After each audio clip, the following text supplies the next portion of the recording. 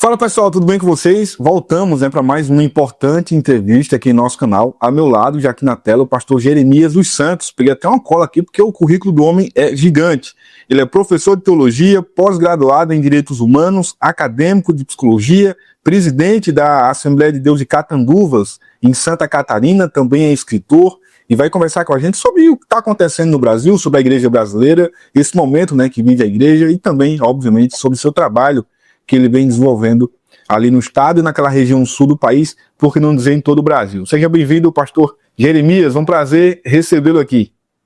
Olá, Israel, muita paz. Então, alegria toda minha, um prazer poder bater um papo contigo e a minha saudação também a todos os nossos irmãos, enfim, aqueles que acompanham aí o seu trabalho. Prazer. Muito bom. O prazer é todo meu. Pastor, se apresente então, eu fiz uma breve introdução aqui, mas se apresente para a nossa audiência, para que as pessoas possam saber um pouco mais do trabalho que o senhor desenvolve. Então, eu sou o segundo filho de um casal de pastores, né? Meu pai hoje um pastor jubilado, tem uma folha aí de 40 anos, de forma integral, servindo o reino de Deus, pastoreando mais de 2 décadas. Dessas 4, ele presidiu igrejas, né? E Deus me chamou ao santo ministério, ainda bem na minha tenra idade, né? E de forma oficial, eu assumi a primeira igreja com os meus 23 anos de idade. E hoje, já aos 46, estou em Catanduvas, mais de 6 anos, servindo o reino de Deus, servindo a igreja aqui no sul do Brasil, especificamente em Catanduvas, Santa Catarina, nos esforçando para servir com excelência. O senhor é natural de Santa Catarina? Não, eu sou paranaense. Paranaense. E... Pastor, para começar a nossa entrevista, eu não poderia deixar de falar isso. O senhor tem nome de profeta, né? Profeta que chora bastante. O que te faz chorar, pastor Jeremias? Olha, dura pergunta essa, hein? O que me faz chorar? Então, poderia relacionar aí várias respostas, né? Mas eu acredito isso de forma sincera. O que me faz chorar, quem sabe alguém pode até não acreditar e dizer, vai lá, enfim. Mas, de primeiro momento, assim, para te responder, é quando eu estou na presença de Deus, na minha intimidade, e a gente se envolve com o sobrenatural, com aquele que cuida da gente, né? A sua presença, eu acho que dissolve o meu coração. Eu acredito que se resume por aí. No demais, eu sou meio durão. Muito bom, muito bom. O senhor também é escritor, né? E eu queria já começar a entrevista falando um pouco dos seus livros. Eu vi aqui que o senhor mandou para mim, um dos livros que o senhor escreveu agora há pouco, fala sobre vida financeira. E a igreja brasileira, com o neopentecostalismo, com a teologia da prosperidade, tem mergulhado muito nessa busca por finanças, por bênçãos. Como é que o senhor enxerga isso à luz da Bíblia? Então, eu entendo que o homem chamado por Deus, o ministro de Deus, ele não pode se preocupar com riquezas.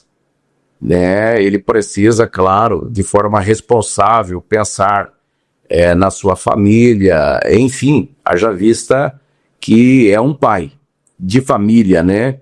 Mas se alguém entra no ministério com a intenção, a ideia de ficar rico, de possuir muitas posses, eu creio que esse não é o lugar, né? Infelizmente, nós temos hoje no Brasil vários escândalos, situações e mais situações, e eu posso lhe dizer que às vezes até dá quase que vergonha, né, de se intitular pastor, porque muitos, né, é a minha visão, é a minha forma de ver e concluir, enxergam o evangelho como um comércio, né, e essa não é a visão do homem chamado. Esse não é o evangelho do Cristo, né? Entendi. O seu livro que fala sobre finanças se chama A Psicologia das Finanças, à luz das Escrituras. Você pode dar um breve resumo para a gente aí? Então, eu abordo nesse livro as verdades relacionadas aos sentimentos que as pessoas têm em relação ao dinheiro, né?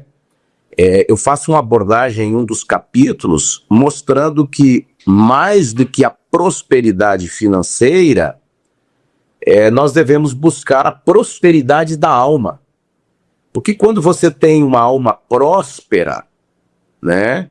Quando você tem uma alma próspera, você vai conseguir usufruir os benefícios que o dinheiro pode proporcionar. Porque nós temos pessoas hoje com grandes posses, milionários, bilionários, que não têm alma próspera. Logo, são pessoas infelizes, né? Muitos desejando tirar a sua própria vida. Quando na contramão dessa verdade, nós temos pessoas que moram em choupanas, pessoas que trabalham em serviços difíceis, né? Ganhando um pouquinho de dinheiro ali em troca do seu trabalho, mas que são pessoas prósperas na alma, conseguem viver uma vida intensa, com felicidade, com o pouco que tem. Então a prosperidade da alma, ela é essencial quando nós pensamos no dinheiro, né? E a gente vê que a nossa sociedade, ela vive mergulhada em verdades relativas concernente a isso e em inversões de valores, né? A gente pensa que o conquistar na vida, o ter sucesso é ter muito dinheiro, quando na verdade não é, né? Às vezes, com pouco dinheiro, eu tendo uma alma resolvida, próspera, eu vou ser feliz com aquele pouco, né? E isso é bíblico. Então é mais ou menos por aí a ideia da psicologia financeira à luz das escrituras, né? Entendi. O seu segundo livro também me deixou curioso. Pregando a palavra, não aos, e sim aos homens. E eu pensei, poxa, como assim pregar? Dá para pregar os anjos? Daria para pregar os anjos? Não, na verdade, esse livro ele é direcionado ao público dos obreiros, né? Aqueles que utilizam o altar, o púlpito, enfim. E não aos anjos e sim aos homens. Veja bem, nós temos uma ideia, e isso é pregado, isso é ensinado, de que os anjos tiveram desejo de pregar a palavra, né? Essa é uma fala que nós temos em meio aí a nossa teologia pentecostal. Todavia, não é verdade. Os anjos, eles não tiveram o desejo de pregar, né? Os anjos tiveram o desejo de conhecer o conteúdo do evangelho, né? Então, Deus deu aos homens esse privilégio de conhecer o conteúdo do evangelho, mas também deu aos homens o privilégio de pregar. Por isso, pregando a palavra, não aos anjos e sim aos homens. Os anjos não tiveram o privilégio de conhecer o conteúdo do evangelho, mas sim os homens. E ainda mais, o privilégio também de pregarem o evangelho, né? Pastor, se diz muito que quando o pregador ele se envolve muito, ele começa a estudar muito a teologia, ele acaba perdendo um pouco do espiritual, ele acaba ficando mais frio. O senhor acha que isso se confirma na prática? Não, eu tenho ensinado nas classes de teologia e por onde eu ando, inclusive cheguei recentemente agora, um pouquinho antes aí da entrevista, de uma EBO, na cidade de Piratuba, Santa Catarina. Então, eu vejo que a teologia, ela deve nos aproximar de Deus, porque é o estudo do próprio Deus. Não tem como eu mergulhar nas escrituras, na perspectiva teológica, sadia, e eu ter um esfriamento espiritual. Eu acredito que se alguém assim tem uma experiência, está mais para teologia, filosofia, mais ou menos nessa categoria, porque a teologia ela nos aproxima de Deus. Eu tenho aproximadamente 25 anos de estudo das Escrituras, me pautando sempre com é muito afinco, né? Eu me dedico muito ao conhecer a Deus a partir das Escrituras, na perspectiva teológica que nós temos no meio pentecostal. Todavia, o meu testemunho é de que cada vez que eu paro para estudar, eu tenho edificações, às vezes eu choro, eu falo em línguas estranhas, eu sinto a presença de Deus, enfim, então essa tem sido a minha experiência, né? Eu defendo sempre a ideia de que estudar teologia é nos levar a um conhecimento maior de Deus, a um conhecimento maior da nossa fé, da nossa espiritualidade.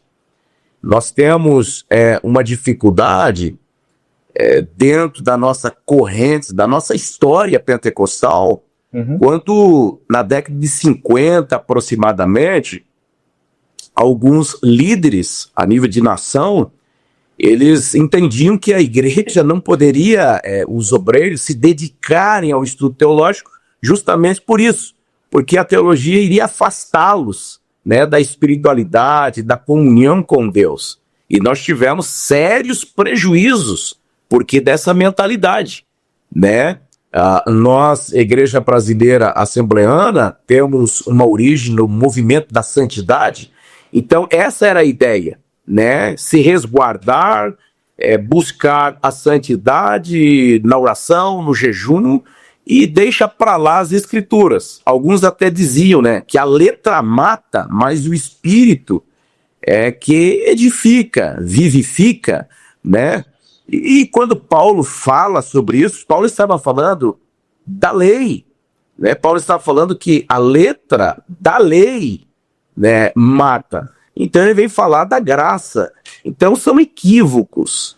E para finalizar aí a resposta, eu penso que uma verdadeira teologia compromissada com as Escrituras é quando o aluno tem o desejo de conhecer a Deus, assim vai acontecer um aprimoramento da comunhão e do conhecimento da espiritualidade sadia. Agora, é bem verdade que a teologia, e o senhor é professor, o senhor vai, talvez me corrija, muitos dos que procuram fazer o curso de teologia são pregadores, são obreiros, são pessoas que estão ali manuseando a palavra de alguma forma, não o membro de banco, né? Esse talvez não seja a grande maioria. Só que geralmente quando o cara é pregador, itinerante, por exemplo, ele estuda teologia, ele também quer psicologia, talvez queira até psicanálise. Essa mistura de conhecimento, digamos que humano, do comportamento humano, talvez não gere uma situação muito superficial em relação a trazer técnicas para o pregador. Hoje a gente vê revelações que usam de técnicas de hipnose e etc. Isso não acaba prejudicando um caldeirão que mistura o santo, o sagrado com o humano, pastor? Sim, a gente sabe que há um poder avassalador na fala, na comunicação, né? E o pregador, claro, ele pode se utilizar de técnicas, mas eu acredito que isso esteja ligado muito à espiritualidade do pregador. O pregador que tem uma responsabilidade com Deus, com as Escrituras, ele vai priorizar 100% a ação da própria palavra e do Espírito Santo. Mas que há essa possibilidade, com certeza. E, inclusive, nós temos muito, né? Eu, enquanto pastor de uma igreja, eu tenho um cuidado extremo com o altar. Quem é que estará ministrando? Né? Às vezes você até é visto como uma pessoa daqui um pouquinho né, sistemática, sei lá qual outra definição, mas eu me preocupo com isso em relação à igreja da qual eu sou pastor. Todavia, com certeza, essa mescla, essa mistura, né, ela está pelos nossos púlpitos. E quem tem discernimento espiritual consegue entender o que é técnica, né, o que é realmente o Espírito de Deus, a virtude do Espírito na vida e na fala, né, do pregador. Mas eu acredito que há, sim, essa mistura e muitos se utilizam de técnicas, com certeza, né? Até porque a pregação é uma arte, né? E nesse livro... Pode ser aprendida, né? Pode ser aprendida. Nesse livro aí que você abordou agora, um pouquinho antes, né? Pregando a palavra não aos anjos, sim aos homens, eu falo da diferença de ensinar com pregar. O ensinar, ele está mais restrito às pontuações da didática, né? Não tem aquele calor das emoções, como você tem na pregação, que é uma fala mais pujante, com mais intensidade, aonde você se utiliza realmente da arte para se apresentar. E aí é que mora o perigo, né? Aí é que mora o perigo. Como é que o senhor consegue separar, então? Porque o senhor tem essas formações, né? Você é psicólogo, é professor de teologia, entende certamente de técnicas de oratória, é também pastor. Como é que o senhor consegue separar para manter só o espiritual? Então, eu acredito que você deve priorizar primeiro, né? Em primeiro plano. Priorizar uma fala totalmente desprovido de qualquer realidade onde eu tenha a intenção de impactar o público, né? O problema dos nossos pregadores pentecostais é o desejo de impactar a plateia, né?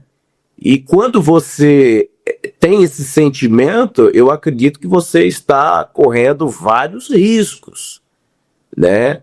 Agora, quando você tem um desejo, de fato, de servir a Deus e a igreja com responsabilidade por meio da exposição das escrituras, desprovido dessa vaidade humana, desse eu humano, né? Eu acho que você alcança o objetivo. E olha que nós temos, assim, dificuldades hoje, a esse tempo, encontrar pregadores responsáveis.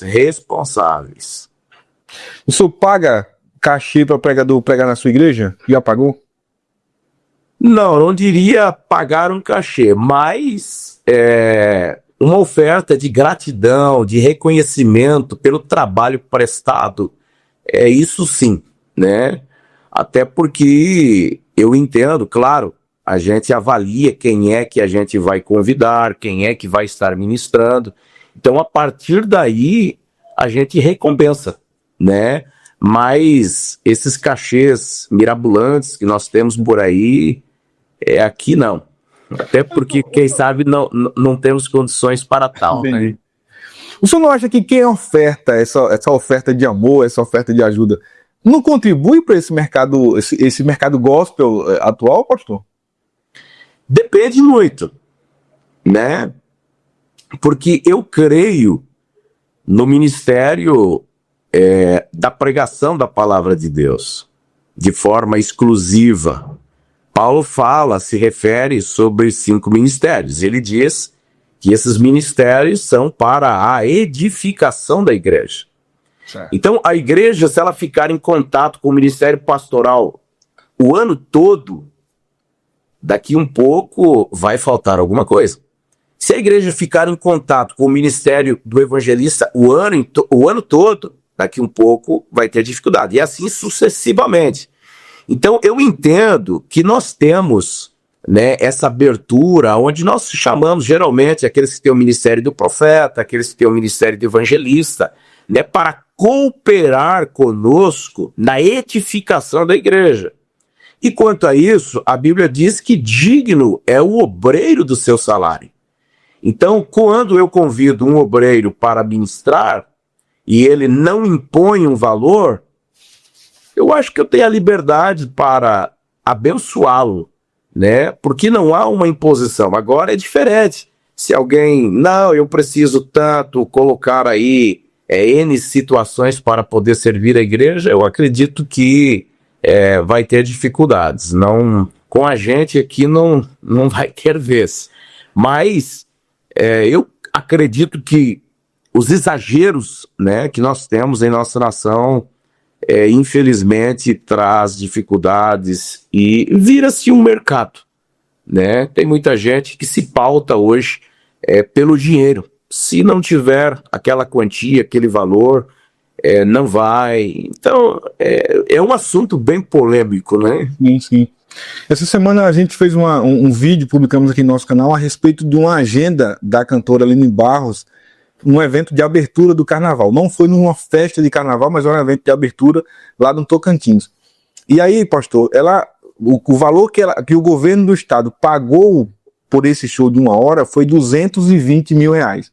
Não responda se não quiser, não tem problema. Eu vou só lhe perguntar o seguinte: qual a sua visão em relação a isso, né? A esses altos valores que são pagos a artistas do meio gospel, 100 mil, 150 mil, 200 mil, provenientes de prefeituras. Claro que a igreja não consegue pagar esse valor, mas de prefeituras, de governo do estado. Eu queria ouvir o senhor que é pastor de igreja, qual a sua opinião em relação a isso? Então, vamos lá, né?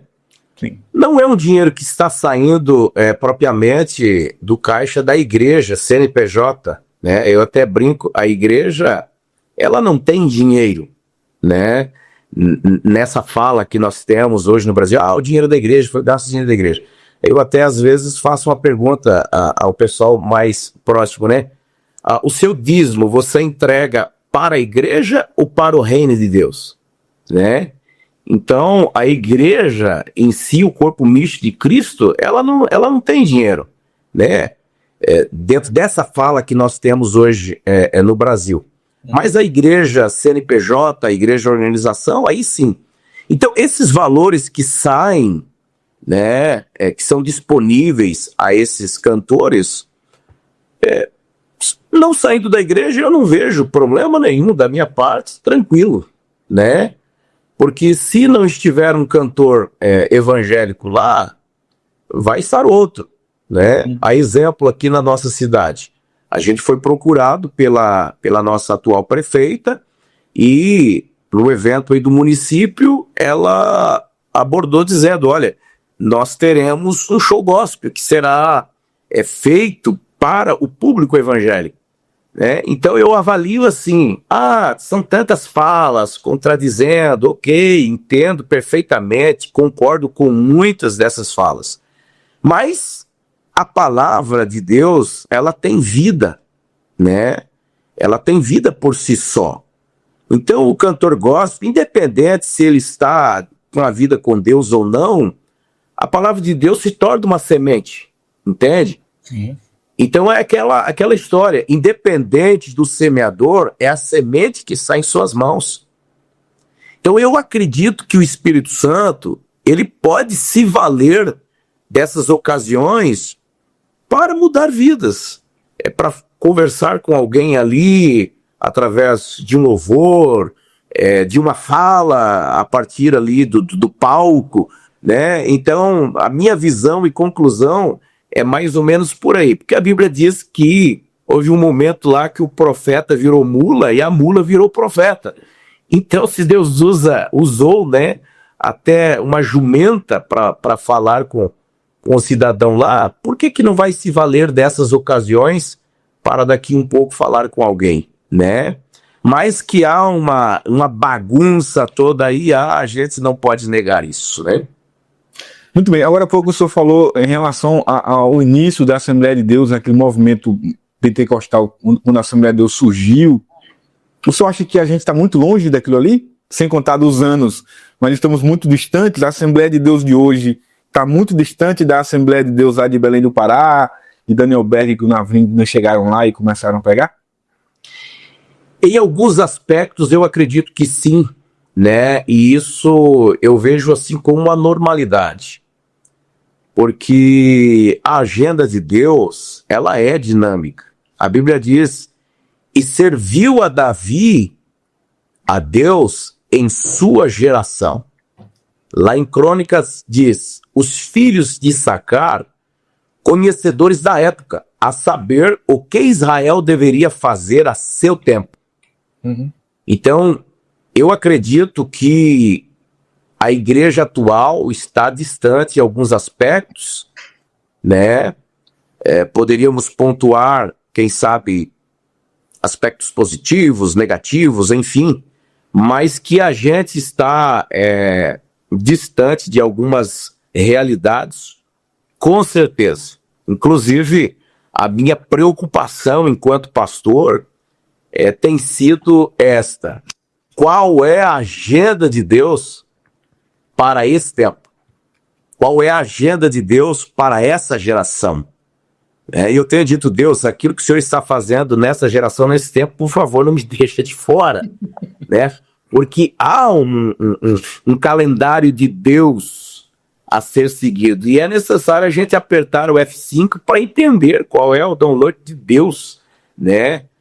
Para essa geração, qual é a demanda, né, que eu, enquanto pastor, tenho que entender nessa geração.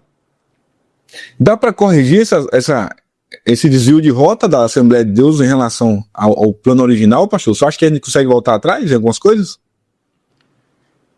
E eu acho que dá para corrigir, sim, né? Até porque nós temos na história, eu não sei até como abordar para ti, se enfim, geralmente quando vamos pegar aí uma organização, não vamos falar propriamente da igreja, né, para lançar luz aí no que eu quero dizer. Você tem uma organização que ela tem uma cultura, daqui um pouco ela declina por falhas da liderança, enfim, né? A partir desse declínio pode haver um ressurgimento para o novo, né? Alguém que avalia os erros, aquilo que aconteceu e levou o sistema a um fracasso, né? Diante de uma avaliação surge uma nova liderança com novas ideias, novos propósitos, reparando os erros. E eu vejo que na linha que nós temos aí ao longo das décadas, né, a história da nossa igreja, nós já tivemos dificuldades onde parecia que, né, a igreja estaria em fracasso, mas houve reavivamentos, né, inclusive na Reforma Protestante, né? Quando você pega a Reforma Protestante, você vai ver que é uma resposta de Deus ao declínio da igreja, porque a igreja perdeu seus valores doutrinários, né? Aqueles que leem a história sabem que havia bordéis nos fundos das igrejas, era pregado as indulgências, agora a ideia era de que as escrituras não era mais aquela que ditava as ordens, né, os valores da moralidade, da fé, enfim. Então surge Martinho Lutero. Diante do declínio da igreja, surge esse homem. E ele vai lá e prega as 95 teses. Né? Isso era normal na época, alguém que estava discordando seria como chamar para o debate. Né? E até por isso que nós temos sola scriptura, somente as escrituras, porque a igreja havia declinado. Então eu avalio, né, os declínios ao longo da história como novos começos de um fazer de Deus. E isso não significa que seja dentro de uma única denominação, né? Porque a denominação ela não é detentora do evangelho. Sim. Né?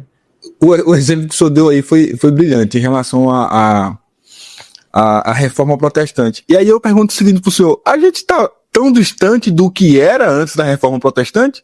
Porque se fala de indulgência lá atrás, hoje as igrejas, muitas delas estão cobrando aí para lenço, não sei o que, as mesmas coisinhas que a gente via na época de pré-Lutero, a gente basicamente está vendo hoje, salvo estátuas na parede, né? Como é que o senhor reage a isso?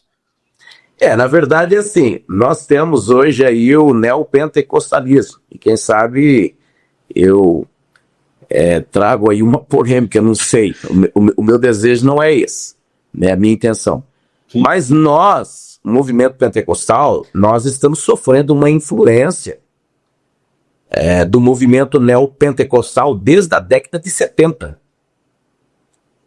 O pentecostalismo hoje no Brasil sofre, se alguém quer entender assim ou deixar de entender, essa é a verdade. Desde a década de 70, nós sofremos uma interferência, uma incisão da teologia neopentecostal, né? Que é essas aberrações que nós estamos vendo nessa geração. O movimento pentecostal não é esse, né? Que às vezes, eu não estou falando propriamente da minha denominação, eu estou falando do movimento pentecostal no todo, né? Uhum.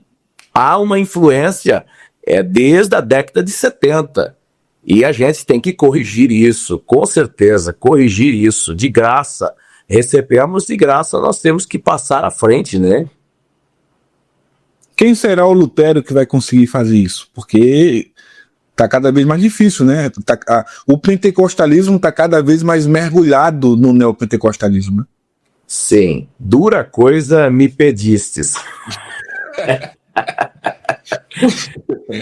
Eu até faço uma crítica, né, dentro da minha pequenez, dos meus limites, né?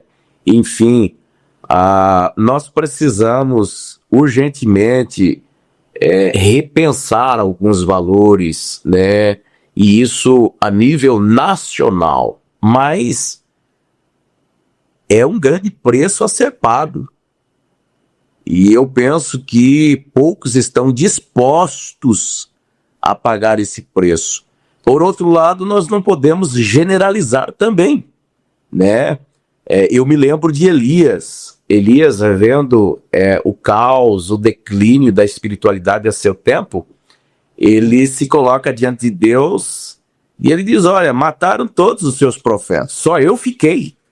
Né? Como quem diz assim, agora a única resposta para o mundo sou eu. Sim. E Deus, ele é incisivo, né? E até imperativo em corrigir a visão e o sentimento do profeta Elias. Dizendo Elias, existem cerca de 7.000 que ainda não se dobraram, né? Não dobraram seus joelhos frente a Baal. Então, muito embora nós temos assim dificuldades, né? E isso são verdades de sempre, não é de agora. A igreja, desde o seu nascedor, o primeiro século, a era medieval, século V ao XV, a igreja ela sempre sofreu essas influências contrárias, né? Então, a gente precisa entender que, embora essas crises instaladas nessa geração, existem muitos homens de Deus, sabe, Israel? Eu creio nisso. Existem muitos pastores que não estão em evidência, homens que vivem nos bastidores da grande mídia, fazendo um trabalho brilhante para Deus, homens consagrados, pessoas que realmente entendem o que é o ministério, pagam um preço para desenvolver um trabalho de excelência. Então essa é a minha visão. Muito embora a gente tenha um contexto contrário, né, de situações que nos entristecem, mas tenha certeza, assim como no tempo de Elias, existe um remanescente fiel que sempre esteve presente ao longo de toda a história. Então, não é diferente nessa geração. Eu creio que há um remanescente fiel.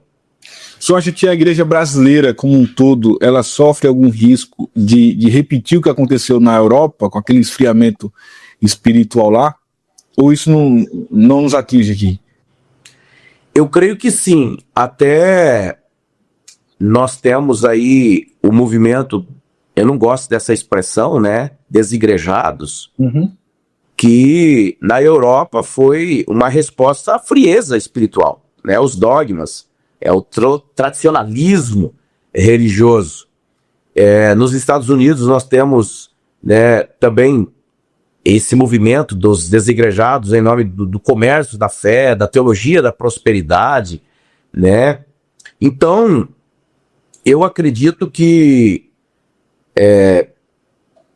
temos essas dificuldades sim, não vamos corrigir ao 100%, né? E que vamos ter que lidar com isso, né? Eu acredito que nós vamos ter que lidar com isso, estar preparados para essas realidades que são pertinentes a esse tempo. Muito bem. O senhor tem feito, inclusive, um trabalho missionário, né? Anotei aqui, ó. O AMAS que chama? AMAS, Associação Missionária Azusa. Né? Isso. Lembra a Rua Azusa, né? Com certeza. Como é que funciona esse trabalho, essa associação, pastor? Então, Eu disse no início que eu sou filho de um pastor, né? Até deixo aqui o meu abraço ao meu querido pai, pastor Eulíris dos Santos, e a minha querida mãe, pastora Custódia. Meu pai sempre foi envolvido com missões, inclusive quando eu tinha 5 anos de idade aproximadamente, ele foi enviado ao sul de Minas Gerais. Depois foi enviado ao norte das Minas Gerais, divisa com a Bahia. Então, eu me criei sempre vendo a realidade da obra missionária. E quando eu me vi assim com os valores já de um homem chamado, ainda que na tenra idade, eu me vi totalmente apaixonado pela obra de missões. E quando eu estava para receber o primeiro campo, isso há 13 anos e meio atrás, antes de eu ser empossado como presidente, eu fiz um propósito a Deus. Eu disse: Senhor, o meu primeiro projeto como pastor presidente desse campo será a obra de missões. Então, o meu coração é apaixonado, né, pela obra missionária. E nós desenvolvemos um trabalho junto à AMA, amigos da África, né? E depois de 10 anos com essa associação, a gente então migrou, fundamos a nossa própria associação. Tive trabalhos no país do Paraguai, inclusive eu brinco que eu conheço mais o Paraguai do que os próprios paraguaios, né? Deus nos deu o privilégio de percorrer praticamente todo o território paraguaio, fundando igrejas, fazendo trabalhos de cruzadas evangelísticas. Foi um tempo assim do meu ministério extraordinário. Eu vi muitos milagres, Deus assim fazendo aquilo que a gente vê no Atos dos Apóstolos, né? Eu tive o privilégio de ver a bondade de Deus sobre a vida daquela gente e também sobre a minha vida. Fundamos algumas igrejas, inclusive na capital, em Assunção, hoje tem um grande templo das igrejas missioneiras, né? Que foi um trabalho que começou a partir da Tenda dos Milagres. Nós ficamos lá 100 dias, né? Culto de manhã, de tarde e de noite, manhã, de tarde e de noite. E o pastor Águia, né? Ele conseguiu, então, através desse trabalho, fazer um movimento, conseguiu comprar o terreno bem próximo ao terminal rodoviário e está lá hoje. Um dos maiores templos, né, da capital paraguaia. E depois tivemos na África, Moçambique, Zimbábue, né, já tive no Uruguai, Argentina, enfim. Então é um trabalho assim que eu amo fazer. E nós temos hoje, então, aqui em Catanduvas, a AMAS, né, a Associação Missionária Azusa. Inclusive, se você me permite, eu deixo aí o convite para quem quiser se unir a essa visão. Nós precisamos de gente com coração missionário. Como é que as pessoas podem contribuir? Então, entrando em contato com a gente, né? Nós temos as redes sociais. Pode entrar em contato com a gente e a gente vai estar tratando desse assunto aí. Muito bem. Pastor, como é que os nossos irmãos nos países da América Latina recebem o missionário, recebem a pregação da palavra? Israel, o Brasil ele está à frente, né, há alguns anos e alguns aspectos. Eu vejo que a América Latina, ela está assim muito aquém da igreja brasileira, né? Claro que eu estou falando em alguns aspectos. Sim.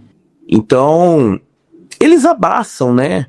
O brasileiro ele é visto com bons olhos, né? Há um carinho especial. Inclusive, essa visão que o brasileiro hoje tem de pastores, que está difícil, né? Pelo menos a minha experiência no meio dessa gente, né? É bem diferente. Ainda tem aquele olhar como o pastor realmente é um homem de Deus, é o homem que tem a palavra, é o homem que tem a bênção, né? Então há uma carência muito grande, há uma carência, viu?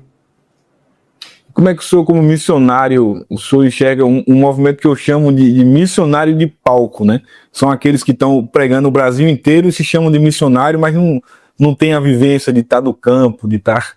Como é que o senhor enxerga isso também? Totalmente errado, né? Porque o missionário é o apóstolo. Nós, assembleanos, não temos o costume de chamar o missionário de um apóstolo, mas o missionário, ele é o apóstolo. Qual é o trabalho do apóstolo? O trabalho do apóstolo chegar em um lugar onde não tem nada. Nós estamos falando aqui de igreja, de membresia, de pessoas, né? Então, o missionário chega nesse lugar, ou que tenha poucas pessoas convertidas ao evangelho, e ele começa a pregar, a evangelizar. Após ele ter frutos do seu trabalho, ele vai ensinar essa igreja, vai pastorear essa igreja. Até a gente representa o ministério apostólico no dedo polegar, porque ele pega os demais ministérios, né? Então é aquele homem, aquela mulher que tem um chamado específico, fundadores de igrejas, né? Esses são os verdadeiros missionários. Inclusive agora, há poucos dias eu vim do estado do Acre, né? Estivemos na Mata Amazônica.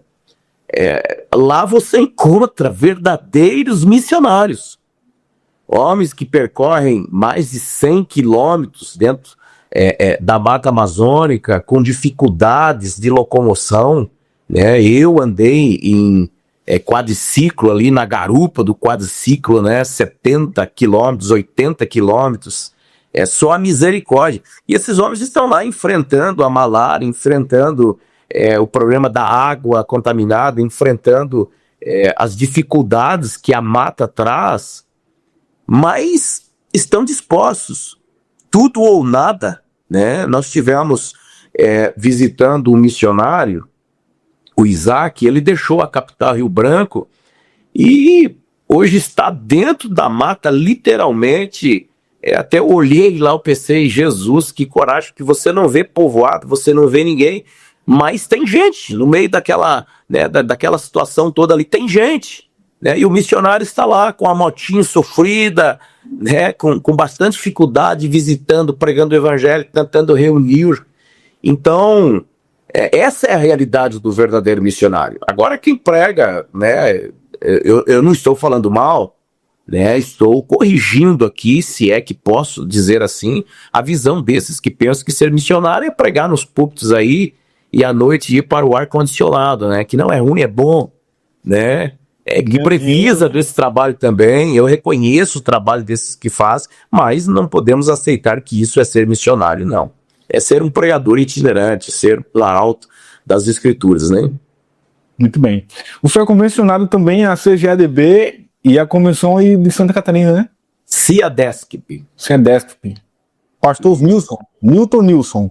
Pastor Newton dos Santos. Newton dos Santos. Nosso presidente atual. E ela é ligada à CGADB, procede?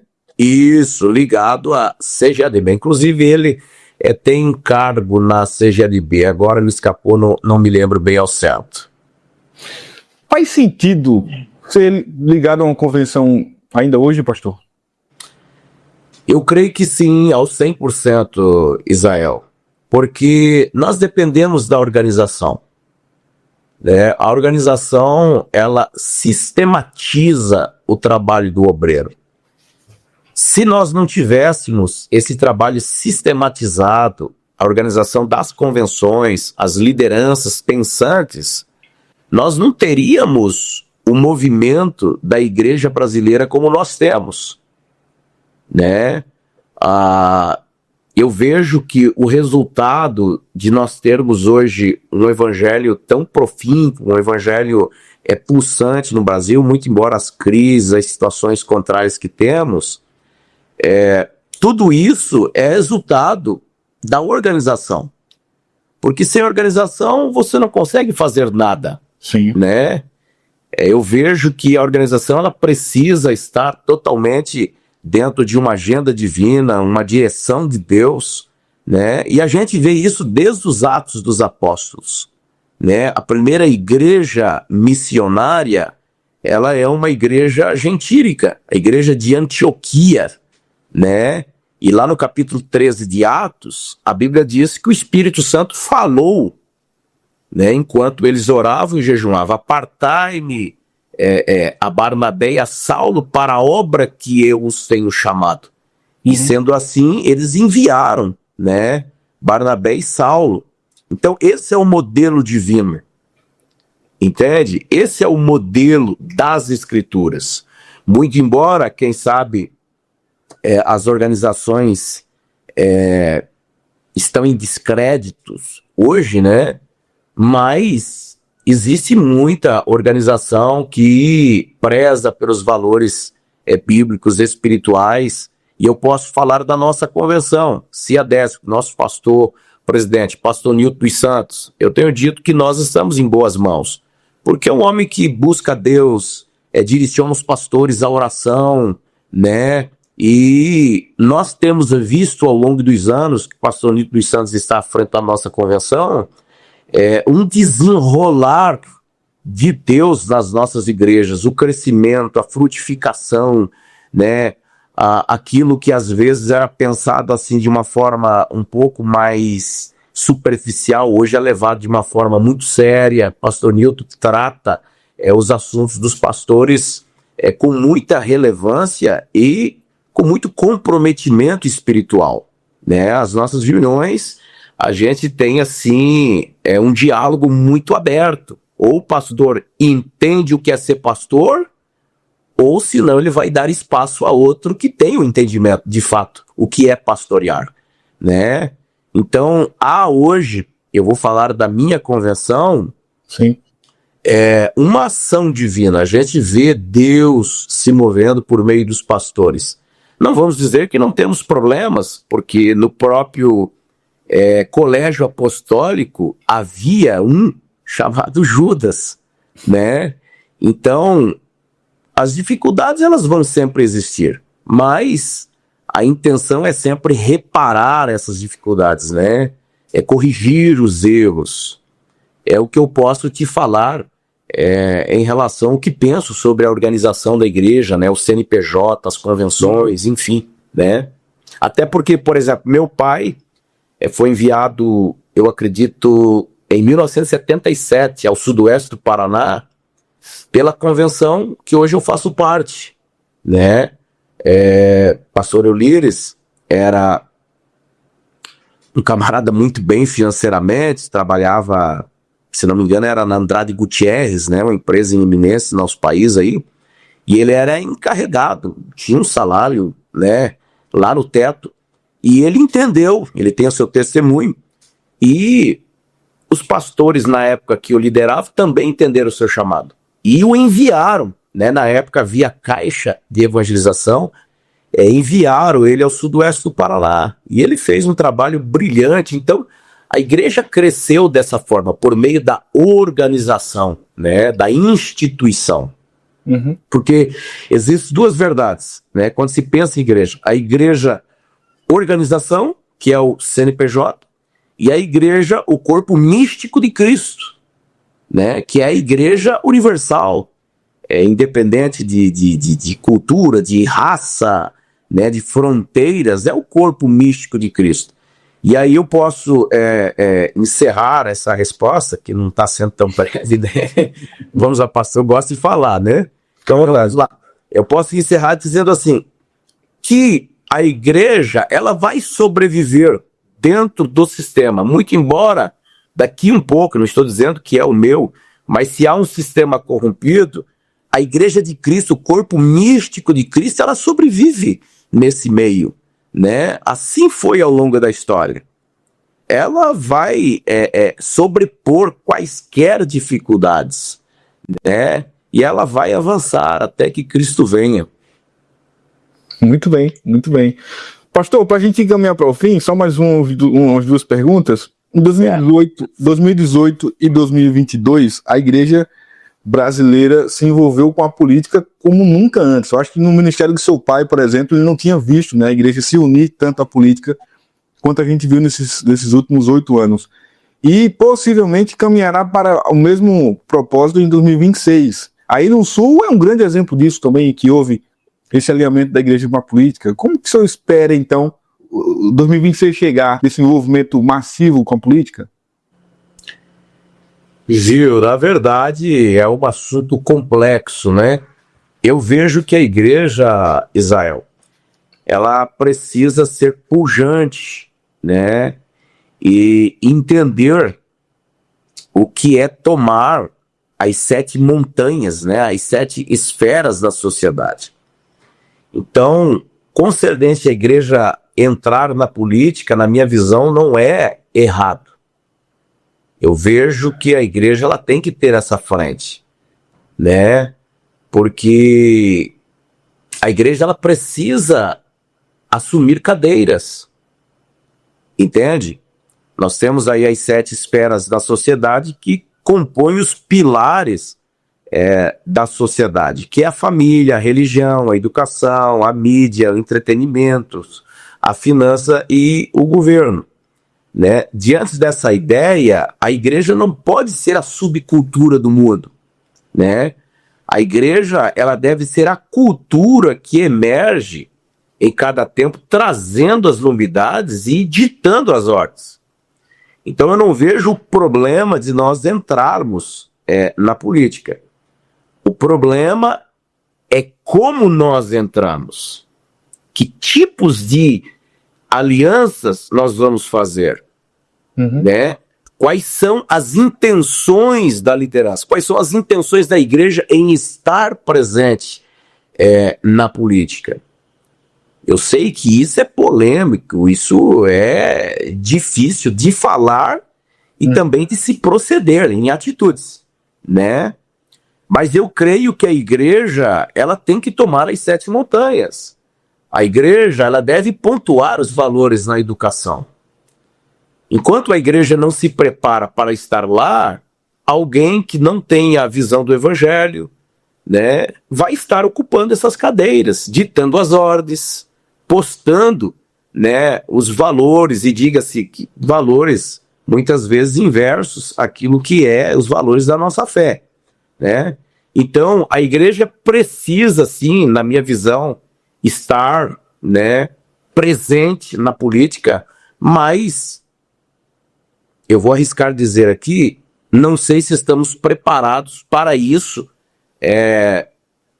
de um todo. Temos pessoas preparadas, sim, mas eu estou dizendo em um todo. Temos políticos hoje que são homens que procuram resguardar-se na fé, mas no todo eu não sei se a igreja brasileira está preparada para isso, né? Eu volto a dizer, a minha visão de evangelho, a minha visão de igreja é que a igreja ela deve ser, né, aquela que dita as ordens, não a subcultura, mas a cultura que emerge, trazendo as novidades para o seu tempo. Até porque, ao longo da história, Israel, você sabe possivelmente tanto quanto eu, a igreja foi que pontuou os valores dominantes, né, que nós temos até hoje. Por exemplo, no ano 800, o Papa Leão III foi quem coroou Carlos Magno como imperador de Roma. Foi através da igreja que nós temos hoje o calendário pautado aí como o ano do domínio do nosso Senhor, antes de Cristo e depois de Cristo. Isso foi a igreja que fez. Nós, a igreja, que abrimos as maiores universidades que o mundo já teve.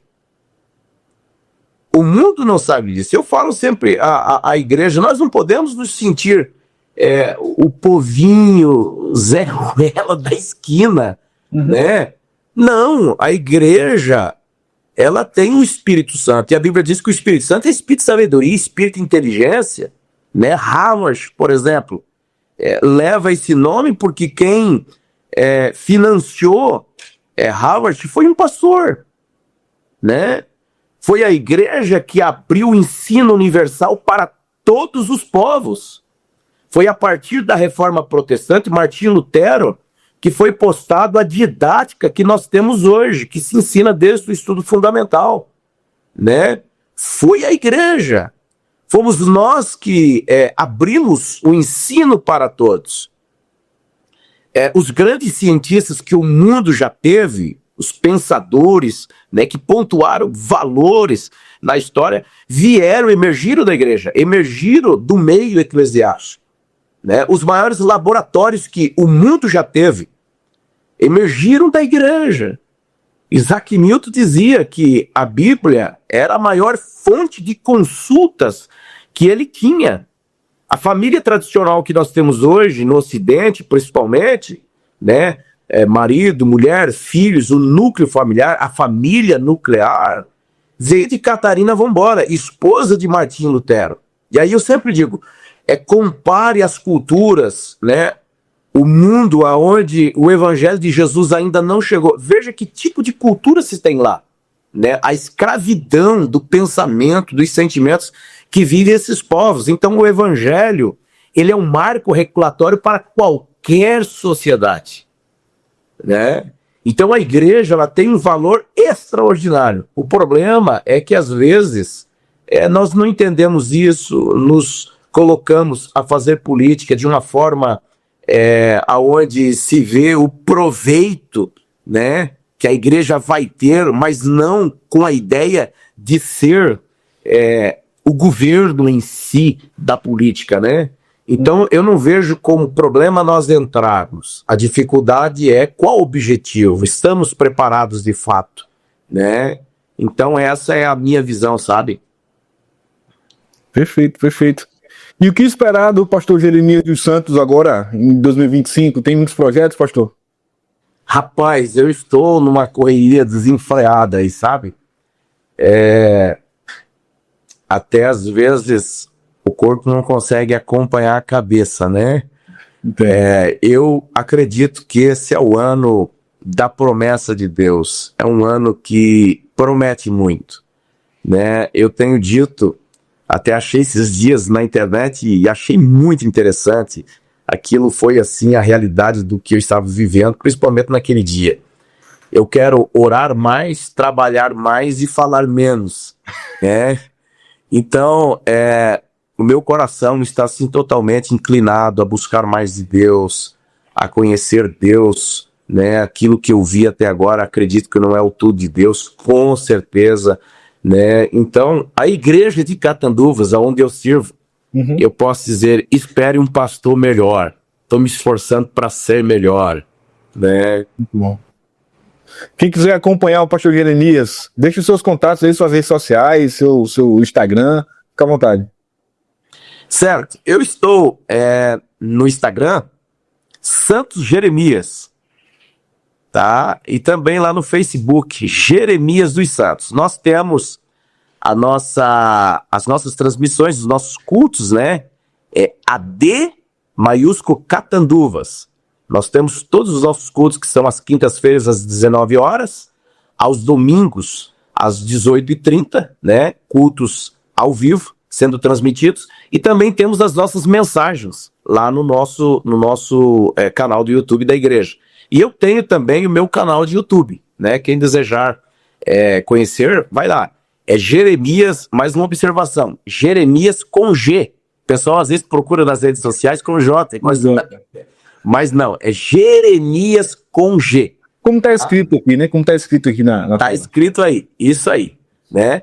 E nós temos também aqui, Israel, um movimento que começou agora, é um podcast, né? Até os meninos me deram o privilégio de estar com eles no primeiro episódio, piloto, né? Mova-se, se não me engano, Mova-se, né? Podcast Mova-se, um trabalho brilhante que os meninos aí estão fazendo. Pastor Jeremias, foi um prazer conversar com o senhor aqui. Fico muito feliz que a gente tenha conseguido fazer, né, essa entrevista. Eu já estava agendado há alguns dias, mas eu aprendi bastante com a nossa conversa aqui hoje. Volte sempre. Amém. Israel, muito agradecido, tá? E conte com a gente, estamos à disposição aí. Um abraço, meu irmão. Tchau, tchau. Abraço, Deus abençoe. Amém.